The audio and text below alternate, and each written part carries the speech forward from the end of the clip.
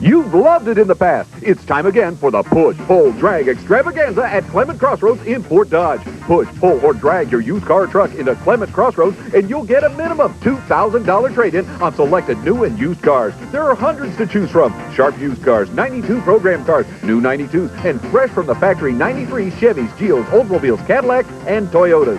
Come on in to Clement Crossroads in Fort Dodge or call us toll-free at 1-800-433-IOWA.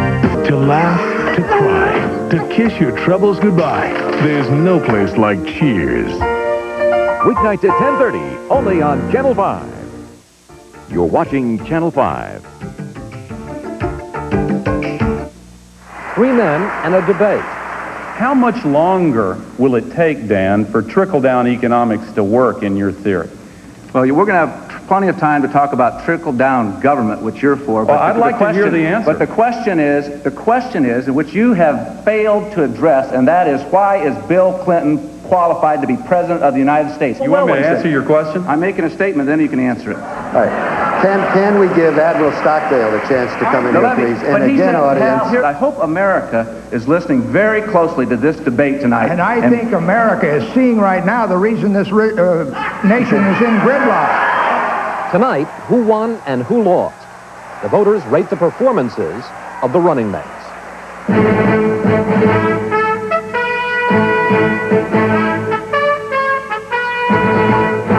This is ABC News Nightline. Substituting for Ted Koppel and reporting from Washington, Chris Wallace. There was a clear winner of tonight's vice presidential debate, and that was the format. After years of complaining that we end up with canned speeches, tonight we got pointing fingers and sharp exchanges. It wasn't always pretty, and sometimes midway through the answers, everyone seemed to forget what the question was. But no doubt about it, it was a debate. Who won? Well, an ABC News telephone poll of 624 viewers after the debate found it was a draw. 38% said Al Gore, 35% said Dan Quayle. The clear loser, Admiral James Stockdale, who got only 2%. What effect did it have on the presidential race? Before the debate, our viewers were split. 46% for Clinton, 35% for Bush, and 12% for Perot.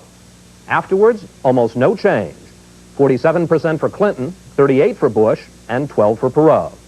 We should note that NBC News, doing a survey of their own tonight, came up with very different results. 50% said Gore won, 32% picked Quayle, and 7% said Stockdale. The debate was marked by sharp disagreements on matters of fact. Al Gore's environmental program, whether the Bush administration really is shipping jobs overseas. And so we begin our coverage of who won and who lost, examining who was right and who was wrong. Nightline's Jeff Greenfield kept score from ringside in Atlanta. Jeff? It may have been the most contentious of all presidential or vice presidential debates. There was Dan Quayle pounding away on the issue of Bill Clinton's honesty, integrity, trustworthiness. There was Al Gore pounding away on the issue of George Bush's economic failures and mismanagement. And there was Admiral James Stockdale alternating between the role of bemused observer and occasional sharp critic of Senator Gore. But the debate also featured sharp clashes on factual matters. Cutting through those assertions is not easy, but we'll give it a try.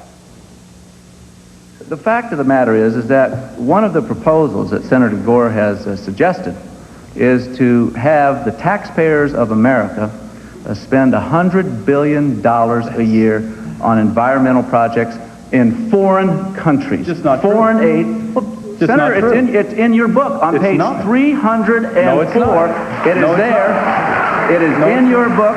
In his book, Earth in the Balance, Senator Gore clearly does call for a global Marshall Plan.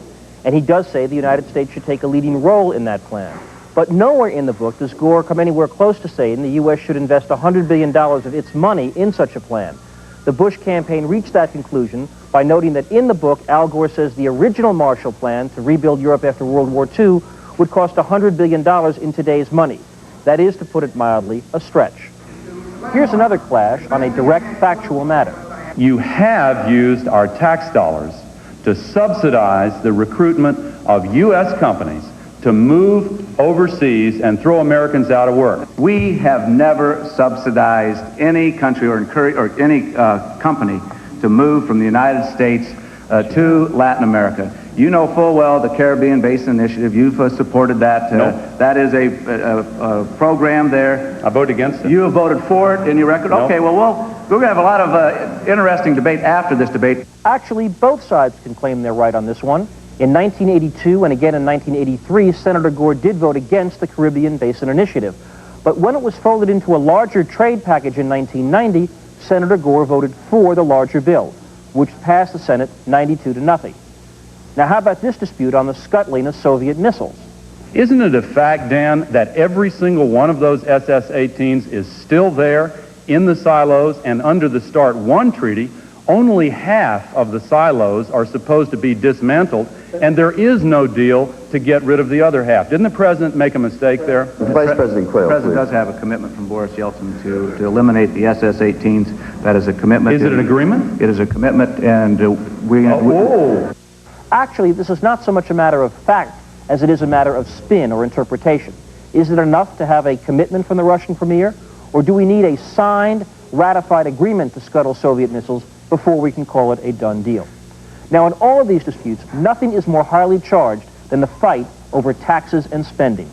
I hope that when you talk to those people, you said, and the first thing that Bill Clinton and I are going to do is raise $150 billion in new taxes. You've got that wrong, too. And the first, that is part of your plan, $150 billion in new taxes. Everyone knows that you simply can't get $150 billion in new taxes by raising the marginal tax rate to a top rate of 36% and only tax those making $200,000 a year. Everybody making more than $36,000 a year will have their taxes increased if Bill Clinton is President of the United States. Page 27 of Clinton's economic plan, Putting People First, does call for the raising of $150 billion in new revenue over 4 years through what it calls closing corporate loopholes and economic fairness. For instance, raising taxes on those making $200,000 a year.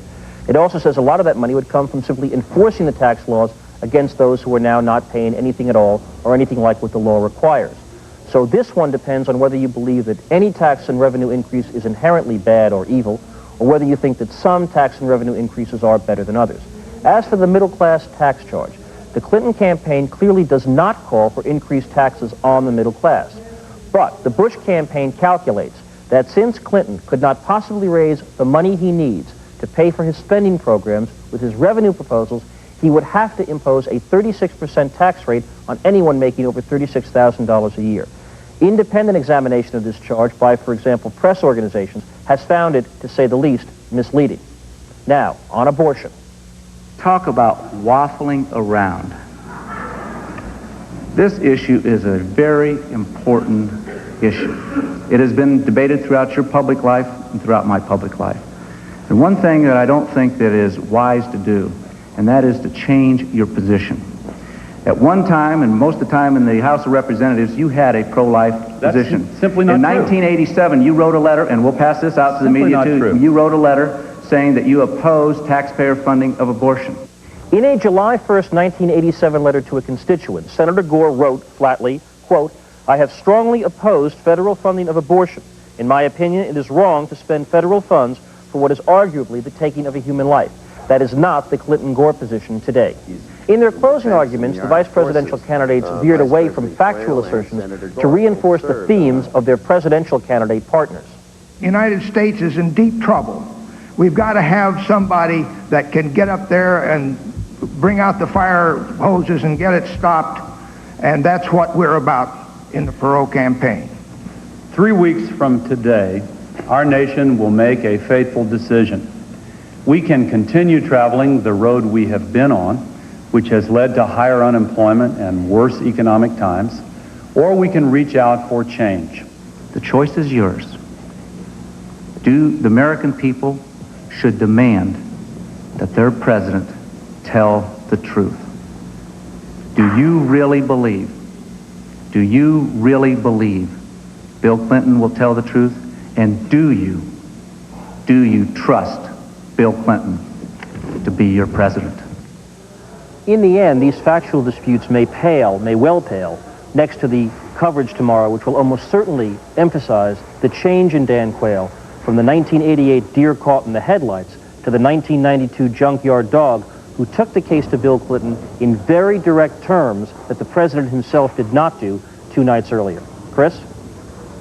forward, where does this debate leave us? What does it set up as the dynamics of the second presidential debate Thursday night?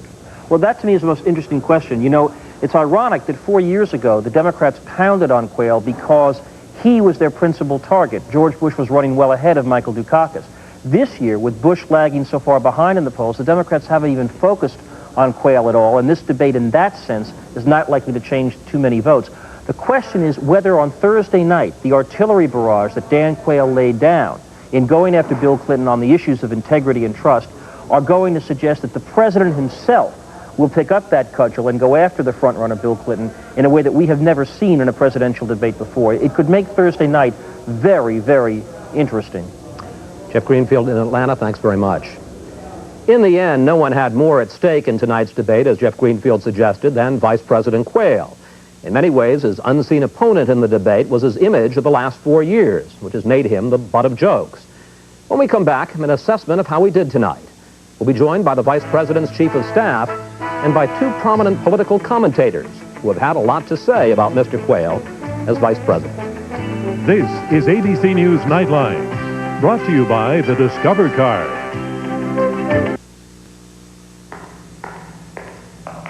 Lots of credit cards will give you a cash advance, but there could be a catch. Interest charges. Some credit cards charge them from day one, which is why you should use the Discover Card. Pay your full monthly balance and a small transaction fee, and we'll give you a cash advance interest-free. How does that rattle? It pays to discover.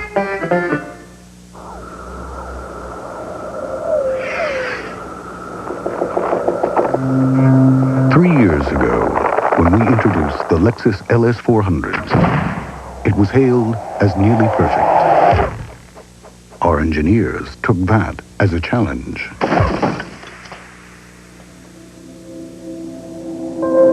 Presenting the 1993 LS400, the pursuit continues.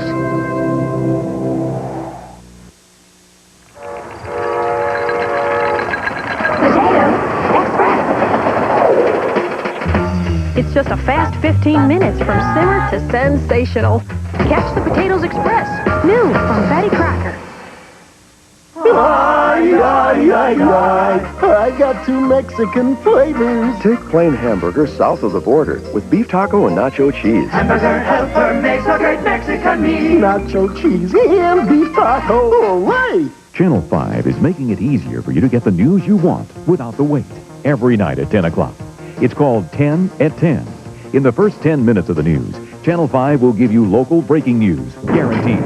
Channel 5 will give you news from around the nation, guaranteed. Channel 5 will also give you tomorrow's forecast and breaking sports stories, guaranteed.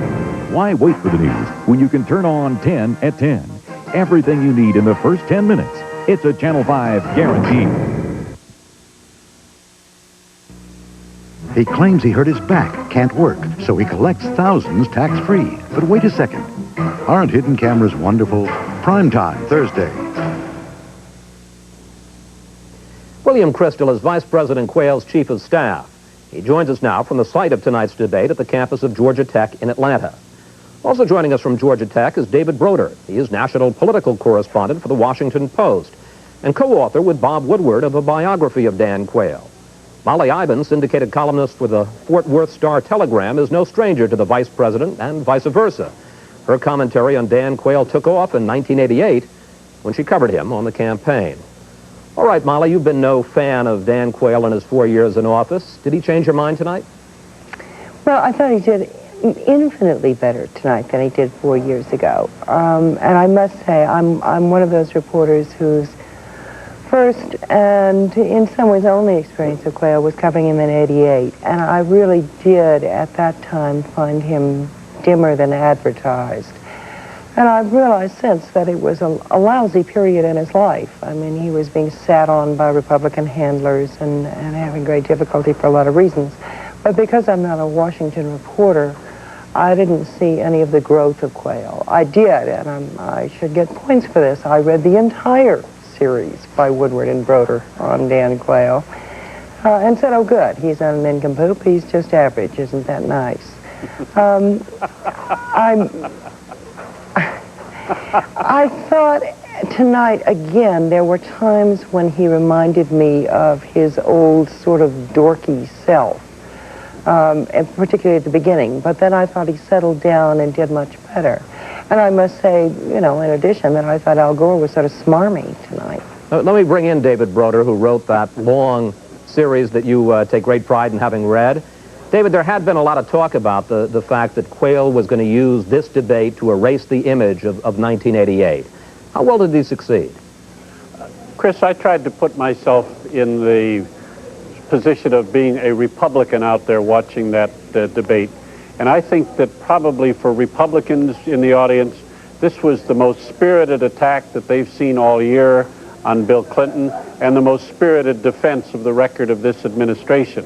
So in terms of Dan Quayle's posture and perhaps his future career, I think he did very well. I think it's a different question, a much more iffy question as to how much he helped the president or helped the Republican cause in 1992. Well, Mr. Crystal, what about that? I mean, the fact is that you came into this debate, the Bush-Quayle ticket, behind by double digits, and according to our poll, you're still behind by double digits. Did Vice President Quayle really do all that much to help the cause tonight? I think he did, Chris. No vice presidential debate is going to move numbers immediately in a poll. But I think what the vice president did, in addition to vindicating himself and I think erasing the memory of '88, and in addition to, I think, winning the debate with Senator Gore, is that he really did damage to Governor Clinton, or at least laid the groundwork for the president, I think, to pursue these fundamental questions about Governor Clinton that the vice president raised. And I might add that Governor Clinton's running mate, Senator Gore, didn't even try to answer. It was really astonishing how little Senator Gore came to Governor Clinton's defense, I thought. Molly, let's talk tactics, because that was clearly the strategy coming in for Dan Quayle, was to hit Bill Clinton hard, much harder even than President Bush did on Sunday, on the character issue, that very tough closing statement. Do you really believe Bill Clinton will tell the truth, and do you trust Bill Clinton to be your president? Did Quayle make that stick tonight? Well, it seemed to me there were so many open questions. I mean, one of the first things I did after that debate ended was to go racing off and get my copy of Al Gore's book and look up page 304, where, of course, I found no such proposal as the vice president had alleged. And there were several other sort of, you know, open, remember when they were just sort of tit-tat, I did not, you did too, questions that Jeff addressed some of them in the opening segment. It was almost a question. There was one gaffe that really struck me. It seemed to me astonishing that Quayle would look at Gore and say abortion is a terribly important issue, and I think there's one terrible mistake that you should ever change your mind on abortion. The reason that struck me so funny is because, of course, George Bush has. And there were a couple of things like that I didn't see followed up in the debate that just left me sort of womper-jawed. David, well, let me just bring in David Broder here for a second, if I can, Mr. Crystal. Conversely, the Gore strategy tonight seemed to be to go after Bush and Quayle very hard on the idea of being out of touch, sending jobs overseas, favoring the rich on taxes, family leave. Did he make that stick? Gore's success was in keeping the debate focused every chance he got on the question of the economy. There's no question that that is what is dragging down the Bush-Quayle ticket. And as long as he was there to remind people why they had decided, most of them, that they didn't want to see 4 more years of the same economic policies, he was probably doing his job for the ticket. We have to break in here right now, but when we return, I want to ask you all about the one man up there on the stage tonight who we haven't mentioned, Admiral James Stockdale. And we'll continue our discussion in a moment. We Americans have some very particular ideas of what we want in our cars and trucks. I feel like the car's like wrapped around. One company gets input from customers at every stage of new product development to find out exactly what they're looking for. That may be why 5 of the top 10 selling vehicles in America are built by the same company, Ford Motor Company. With your help, our quality gets better all the time. Ford Motor Company. Quality is job one. It's working. It's working. I don't remember. It was something... The Nicoderm patch. Nicotine transdermal system. Yeah, it's called Nicoderm. Oh, yeah. Yeah, the patch. Right, it's a patch. Nicoderm. A lot of people don't know about it. You know, maybe I'll ask my doctor.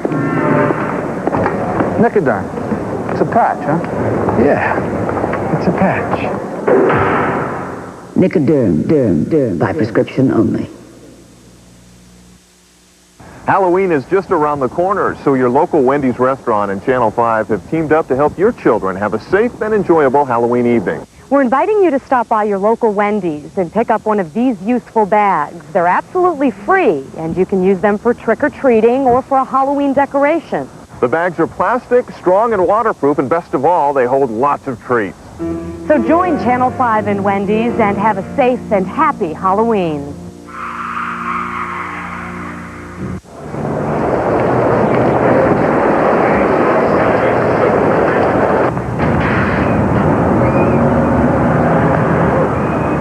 What do you think about at times like these?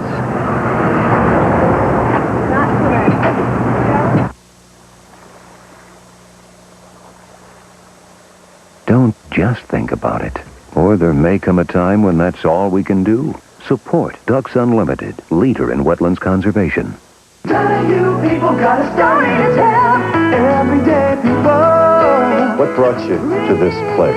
The plus side was more than I dreamed. None of you people are all kinds of people. Unforgettable. Are you there, caller? Hi. You're a part of the story. None of you people are all kinds of people. Like you.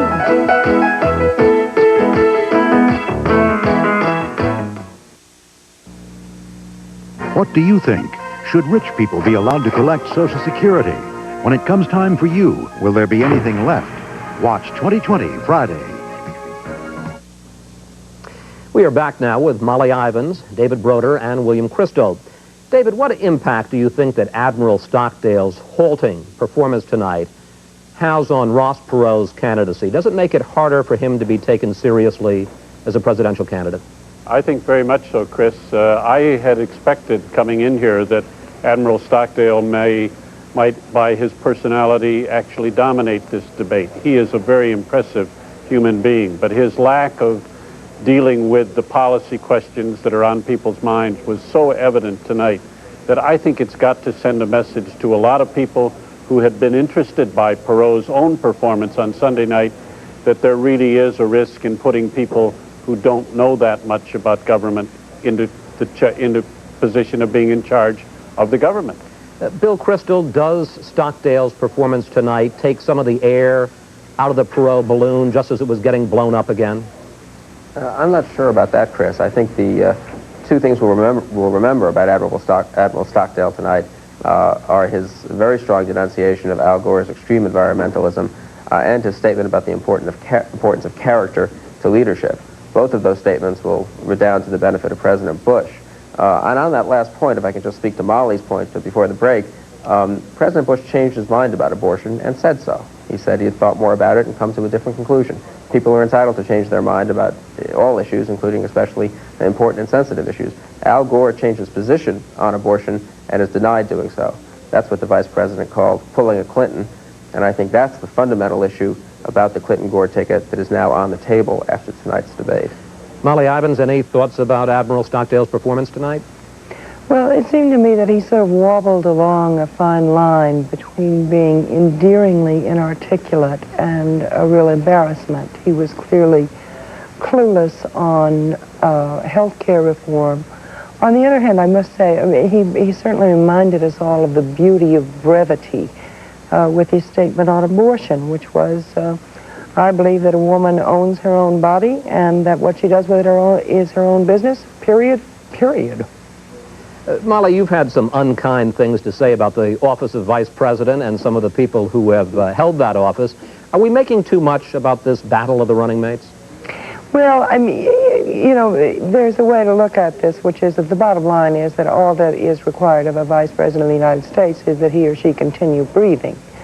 And I must say, the Republic has survived some truly unappetizing vice presidents with no damage done to the larger body politic.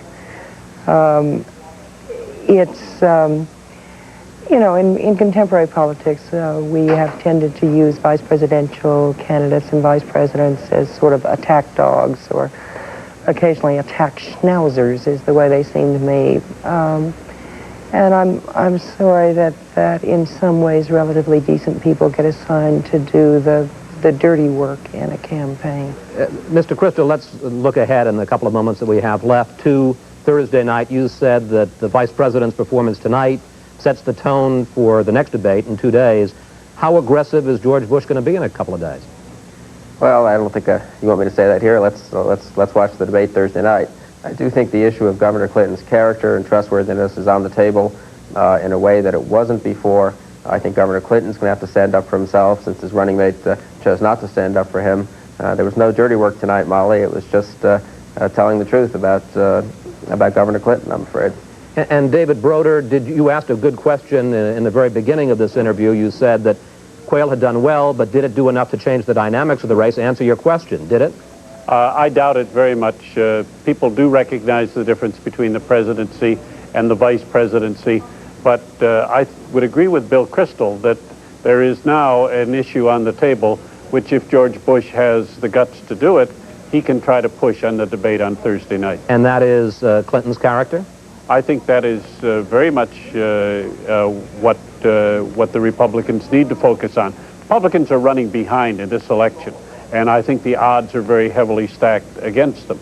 But if there is a doubt out there in the public, as I think there is, about who Bill Clinton really is, that doubt was underlined by tonight's debate. David, we have about 30 seconds left. You have the longest institutional memory of all of us about presidential debates. What do you think of the format tonight?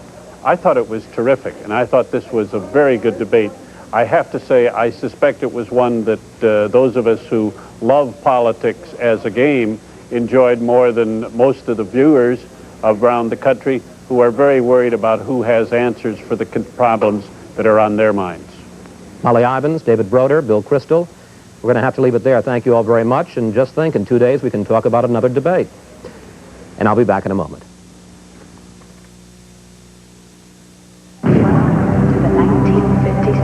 Automobile show, where you'll see the finest of tomorrow. It all started 35 years ago. I'll never forget that day. David. Gotta go. It's funny, though. You grow up, raise a family, your priorities change.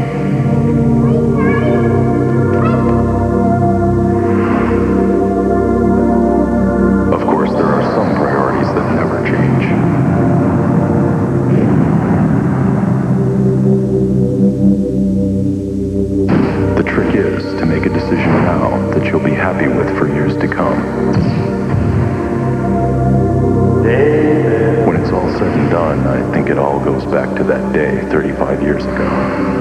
David, are you out there? 2 coffees and a sweet and low. And now what? They want a coffee and a sweet and low. They're never gonna leave. I fix it. Oh, salami. We asked for sweet and low. I'm so sorry. This is all we got. Well, then we're leaving. So soon. Sweet and low. For millions of people, there's just no equal. All-natural Butter Bud Sprinkles and Mix from the makers of Sweet and Low. It has the flavor of butter because it's made with butter. But every serving has no fat, no cholesterol, and low sodium. So you can enjoy all these dishes and find a new use for this one. Introducing the Goodyear Buy 3, Get the 4th Tire Free sale. Buy 3 Goodyear all-season radials, and you'll get the 4th tire free. Come on in before they all disappear. The showdown continues on the next Good Morning America. Senator Al Gore and Vice President Dan Quayle join us. Plus Al Franken and Jim Morris here on the next Good Morning America. Later on World News Now, what you didn't see at the debate and how it looked from armchairs across America. Viewers give the running mates a piece of their minds. And that's our report for tonight. I'm Chris Wallace in Washington. For all of us here at ABC News, good night. If you wish a videocassette version of Nightline, the cost is $14.98 plus $3.95 shipping and handling. If you wish a printed transcript, please send $4 to 1535 Grant Street, Denver, Colorado, 80203. Nightline is a presentation of ABC News. More Americans get their news from ABC News than from any other source. We're going to the White House, and you're invited. That's right. We'll be live from the White House with Barbara Bush. Join us for a special tour with the First Lady. Don't miss home at the White House. Work on Tim's car gets stalled when Jill plays matchmaker. I'm not going to interfere. We're just going to stay long enough for them to meet, exchange a few words, pick a pattern. Home Improvement, Wednesday. You're watching Channel 5.